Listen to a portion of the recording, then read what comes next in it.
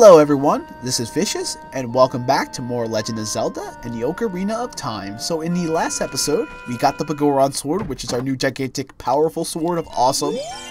And now we're going to stop by the shooting gallery to pick up a large quiver. Once again, time warp! And we're going to float over to the game I actually complete this on. Because I screwed up about 4 times here. Yeah. My recommendation? The middle. Stay in the middle. Really useful.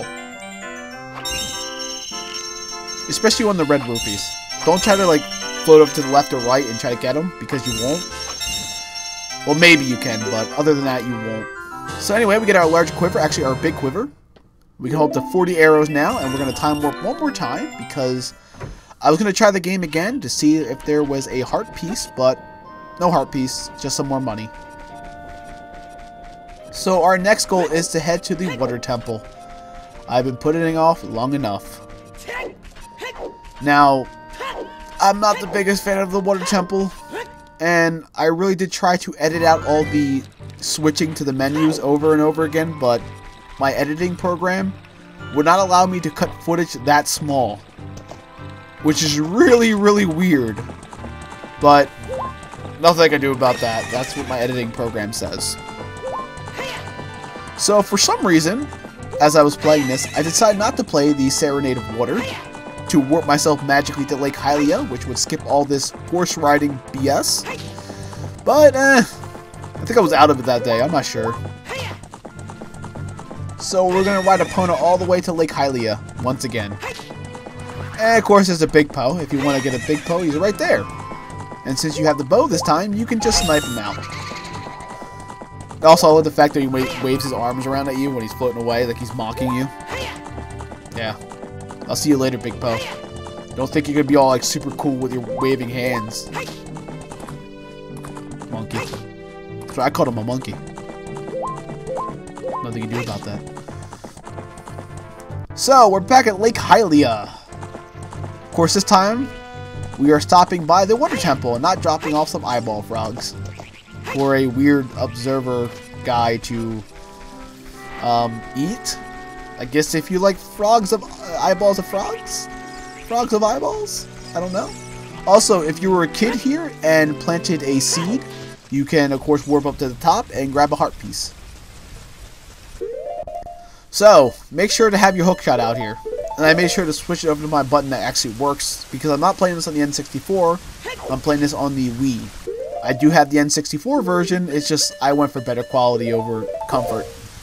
I highly recommend not doing that, because it's just really, really awkward, especially when it comes to the C-stick and playing Ocarina songs. So use your hook shot there at that little switch floating there, and that will open up the water temple. Oh joy, the water temple. Of course, I have stories about this one as well, but I'm pretty sure you all had horror stories about it. Pretty much probably the same things I have to say. So I'm with you guys. I'm with you. I feel your pain when it comes to this dreaded temple. I would love to know whose idea it was for the water temple. I just ask them why. Like, not get mad or upset or angry or anything like that. Just ask them why. Why the water temple? Just why? Doesn't make any sense. It's annoying. Now, of course, in the 3DS version, they rectify that issue with having iron boots as an equipable item instead of a piece of equipment. So anyway, Princess Ruto, how's it going? Yeah, she didn't forget. Of course, for those who don't know, when we beat the Jabu's Belly dungeon, Princess Ruto gave us, not her, us, her, Zoran Sapphire, which is an engagement ring that Zoras use. Basically, kind of condemning us to marriage to Princess Ruto. Now, of course, we were a kid and we had no idea what we were doing. We just needed that jewel to, of course, save Hyrule.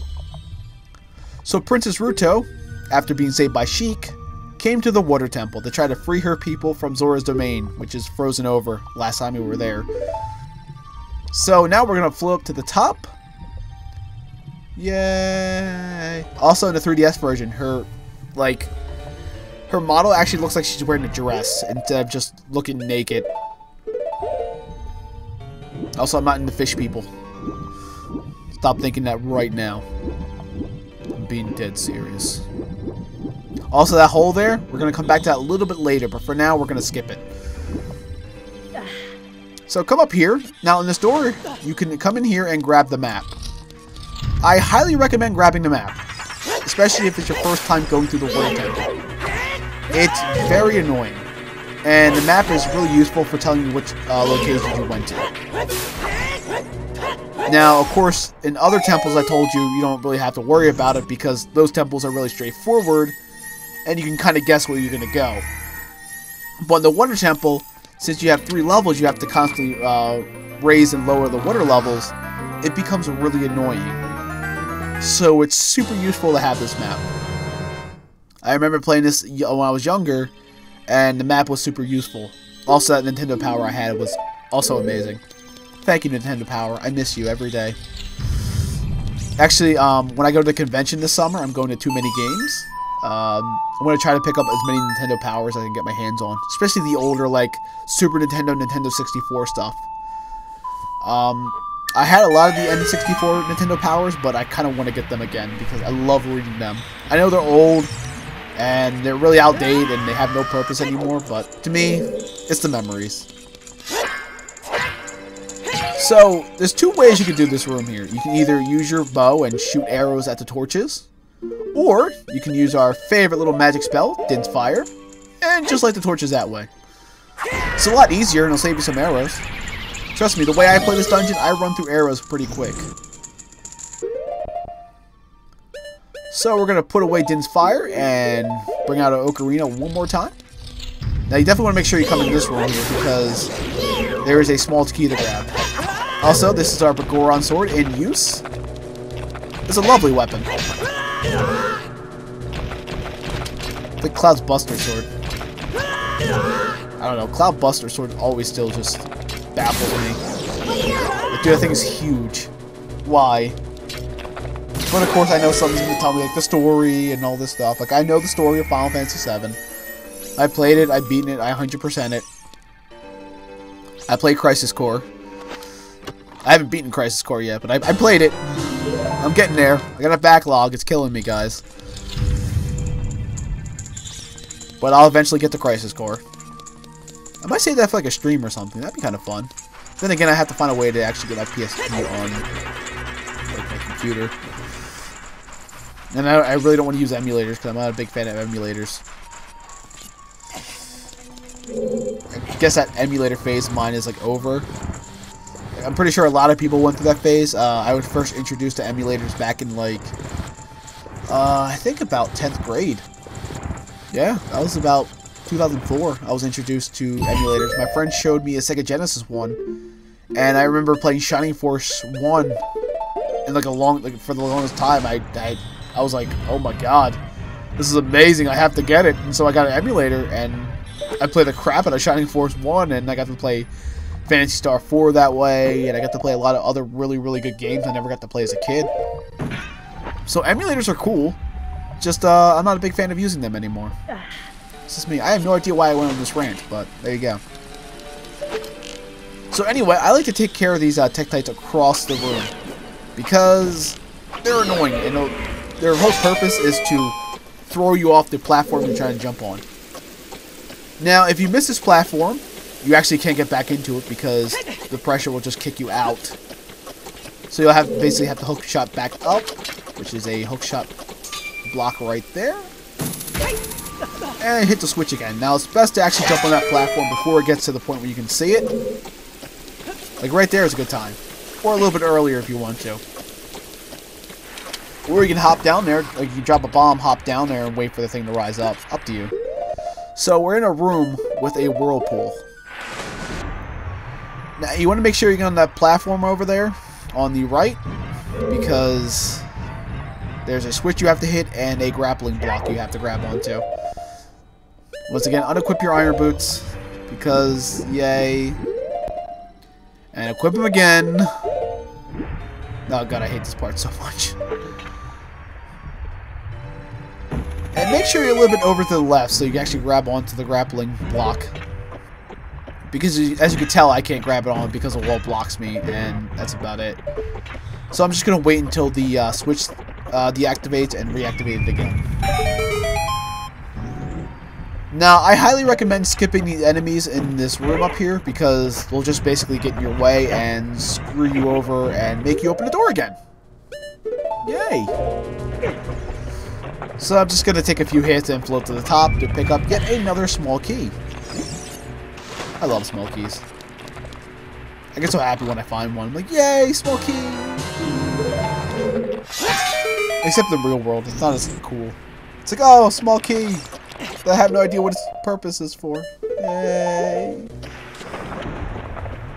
And we're just gonna skip these clam guys because... Yay? I don't know. I don't like them. I hate them. I hate dealing with them. They get in the way of everything. It's like most Zelda enemies. They just get in the way.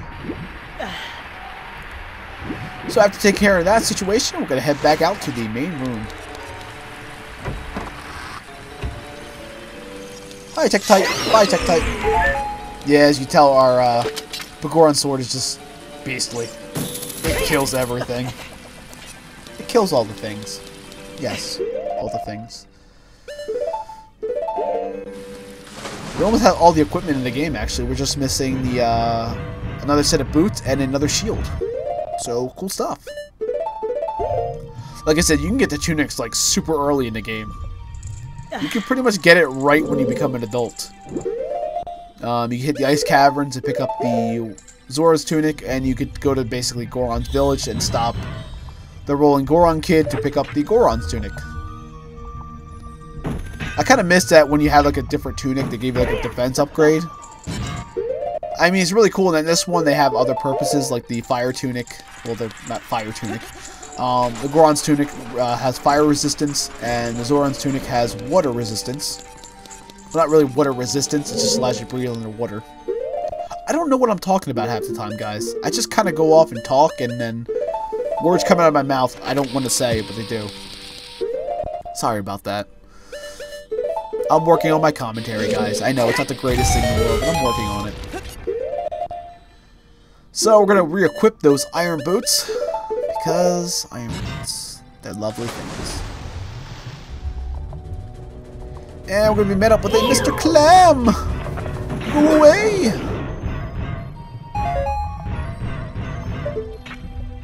And I'm just going to look for a hookshot wall, which is none there. So we're just going to take off our iron boots and float to the top.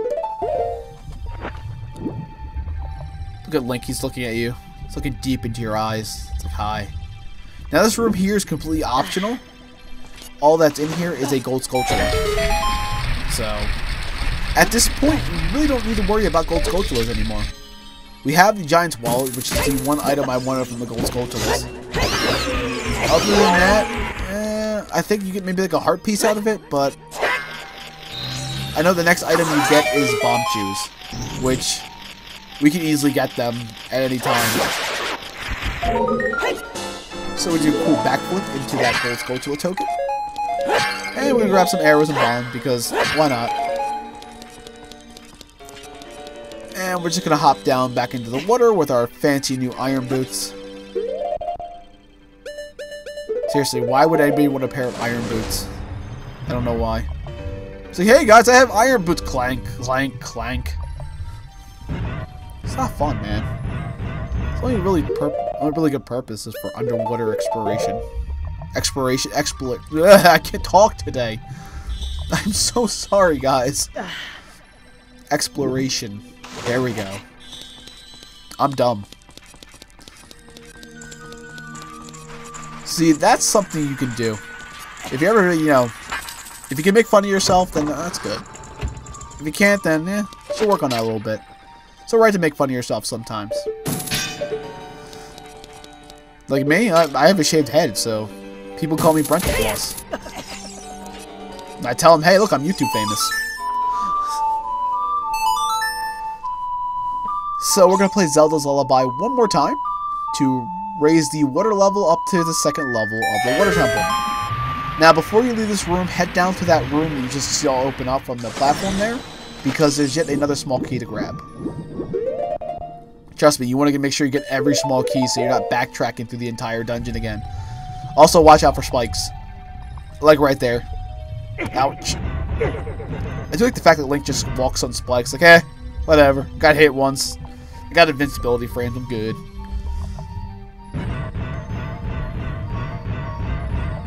So yeah, this room here, you're going to have to face some enemies, and you're going to actually use the hook shot. So, yeah, you have some of those spike rock things, which I don't know their names, and more clams. Just gotta watch out because they don't stay in rock form for too long, and it'll just pop up and hit you. Sadly, the only item you can use under the water is, of course, the hook shot. So, the hook shot's your best friend here. But then again, I'm okay with that because I love the hook shot. As explained before, it's one of my favorite items in the Legend of Zelda games. Except for that boomerang upgrade you got in BS Legend of Zelda, which was like stupidly ridiculous. I'll have to play that game one time, the original BS Legend of Zelda. Not the Ancient Stone tablets, but the remake of the original Legend of Zelda game. Did some really cool things with that one. I'd love to show it off for you guys. Which is really cool because I can actually play that on my Super Nintendo and not have to play it on like emulator.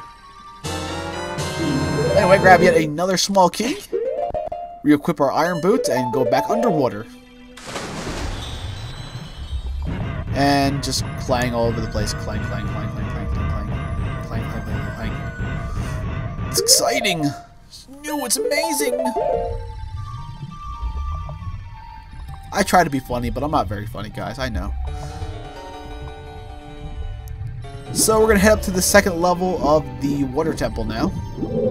Now the second level doesn't have much going on at all. It's basically one room you have to go into and another room you actually have to go into much later on in the dungeon. So, yeah. But what you want to do, though, is come down here and re-equip your iron boots. It's very important that you do that, because remember that hole in the wall I told you about? We're heading back that way now, because we have the water level at the second level. So anyway, guys, this is going to be the end of the episode. I hope you all enjoyed, and have a great day, everybody. See you later.